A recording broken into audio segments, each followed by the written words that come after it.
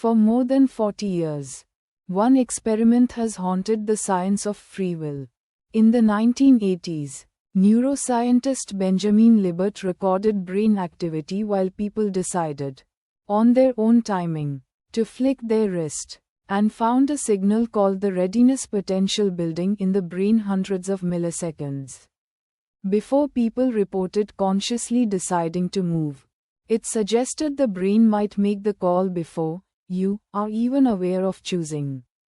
On July 13 this year, researchers at the University of Illinois Urbana-Champaign, led by engineering professor Yurii Vlasov, published a new study in the Proceedings of the National Academy of Sciences that pushes this question further, recording neural activity in mice navigating a virtual reality corridor while making perceptual decisions. The team found decision-related activity showing up inside the primary somatosensory cortex, a brain region long assumed to simply process raw sensory input, not participate in deciding anything.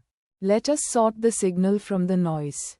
Understand the model. This new study is pushing back against the traditional picture of how a brain works, treats it as a relatively orderly assembly line. Raw sensory information, what you touch, see, or feel, arrives first in early, low-level processing regions, like the primary somatosensory cortex, often shortened to S1, which handles touch and body sensation. That information then flows upward, stage by stage, toward higher brain regions that are assumed to be where the actual deciding happens. Weighing options and settling on an action. Under this model, S1 is essentially a relay station, passing raw data along a one-way pipeline, uninvolved in the decision itself. More like a security camera feeding footage to a control room than anything making a choice. This linear, stage-by-stage assumption has shaped decades of neuroscience research and textbook explanations of how perception turns into action, treating sensing and deciding as two separate steps happening in two separate places. In a strict, predictable order, consider what the Illinois team actually found in their mice. While the animals navigated a virtual reality corridor and made perceptual decisions, decision-related activity showed up directly inside the primary somatosensory cortex itself. The supposedly early, low-level relay station, not just in the higher regions the old model assigns that job to. The explanation the researchers point to is fast feedback loops. Higher brain areas sending signals back down into S1 in something closer to real time, rather than simply waiting for S1 to finish its job and pass information upward. That reframes the relationship entirely.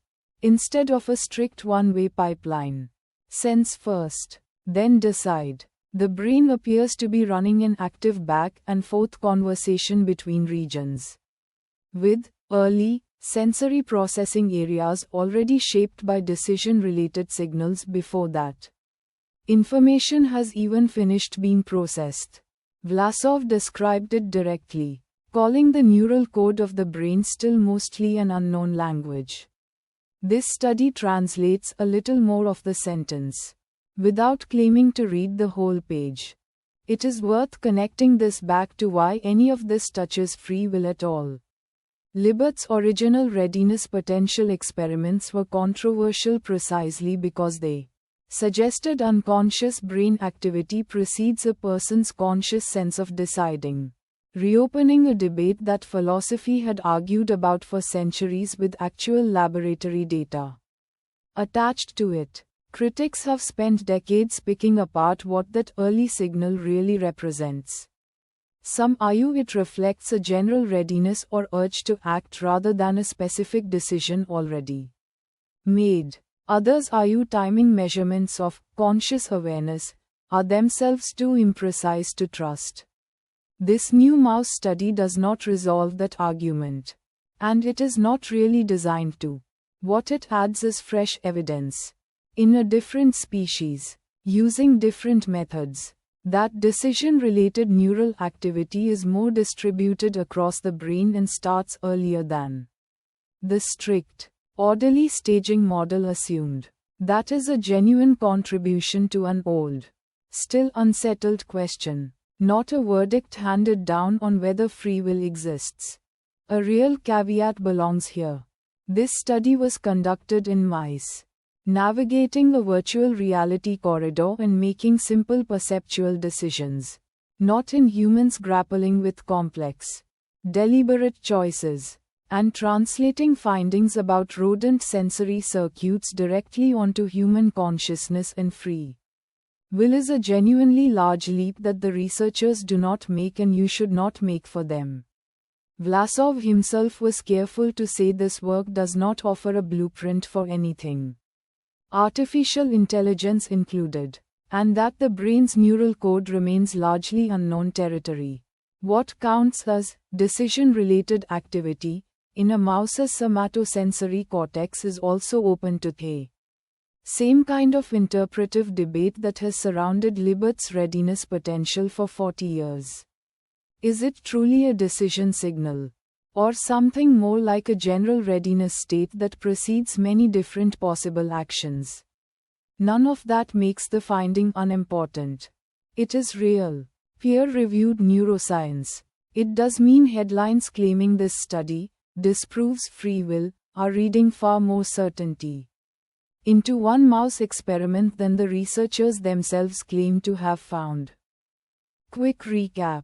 On July 13, researchers at the University of Illinois Urbana-Champaign, led by Yurii Vlasov, published a study in PNAS finding that decision-related brain activity in mice shows up inside the primary somatosensory cortex itself, through fast feedback loops from higher brain regions, challenging the traditional picture of sensing and deciding as strictly separate, ordered steps. So, signal or noise? Signal. This is real, peer-reviewed neuroscience that adds genuine new evidence to a decades-old debate about how and when brains actually decide. Noise risk shows up the moment a headline claims this study proves free will is an illusion, or definitively rewrites how human consciousness works. That overclaims what one mouse study, using one method, in one lab, actually measured. The honest takeaway: a real piece added to an old, unfinished puzzle, not the final picture. Subscribe for the brain science explained with the uncertainty intact, not smoothed into a headline. Signal from the noise. Every week.